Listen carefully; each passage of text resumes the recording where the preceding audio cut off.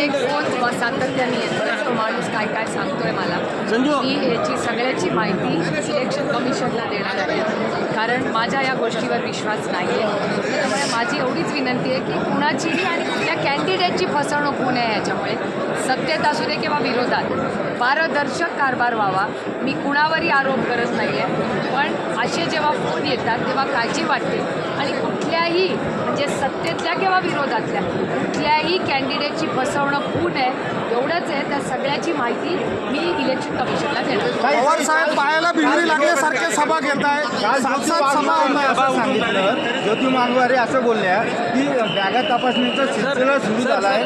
महिला जिथे जातात ते ज्या प्रवक्त्या आहेत शिंदे गटाच्या, आणि जेव्हा बॅगा तपासल्या जात आहे आमच्या बॅगांमध्ये आमच्या आंतरवर्षाचा असतात, पण त्या ठिकाणी लेडीज पोलीस नसतात. काय सांगा? मला इलेक्शन कमिशनशी सगळं बोलावं लागेल. माझी बॅग आज तपासली.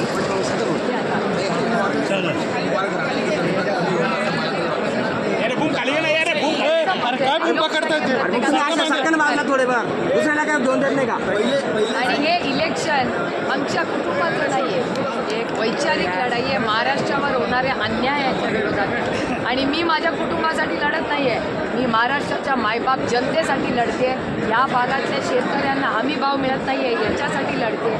महिलांसाठी लढते, कारण का महिलांवर आला नाही.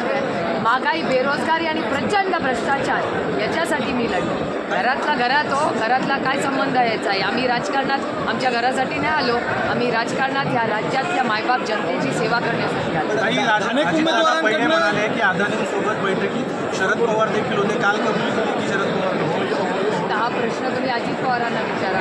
मी पहिल्याच दिवशी म्हणले होते की मला हे झालेलं माहिती नाही, आणि त्यांनीच स्टेटमेंट केलं आहे, त्यांनीच यू टर्न केला आहे. दोन्ही प्रश्न त्यांनाच विचारा, माझा काय संबंध नाही.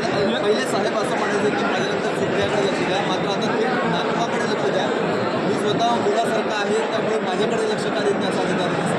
4 वेळा कुणाला उपमुख्यमंत्री केला, मला का रोहितला का योगेंद्र?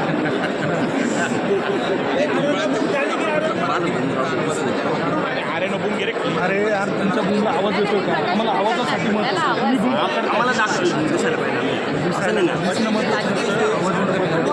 या विधानावर अजितदादांपाठोपाठ पंकजा मुंडे ज्या भाजपच्या नेते आहेत त्यांनी देखील आले. हे भारतीय जनता पक्षामध्ये पूर्णपणे 2 विचार झालेले. एकीकडे देवाभाऊ एक म्हणतात, दुसरीकडे त्यांचे मित्रपक्ष आणि पंकजाताई एक म्हणतात. याचा अर्थच भारतीय जनता पक्षाचेच 2 भाग झाले. आधी 2 पक्ष फोडून पास होणारे देवाभाऊ, ह्याचं उत्तर देवाभाऊंनाच विचारा की तुमचाच पक्ष विचाराने त्याचे 2 भाग झाले. त्याच्यात काय आम्ही income tax, CBI, ED, ice वीस काही नाही. आमच्याकडे तरी पक्ष फोडताना आईसचा वापर झाला. ते तर वैचारिक भूमिकेतच 2 भाग झाले. याचं उत्तर तुम्हाला देवाभाऊंना विचारायला लागेल.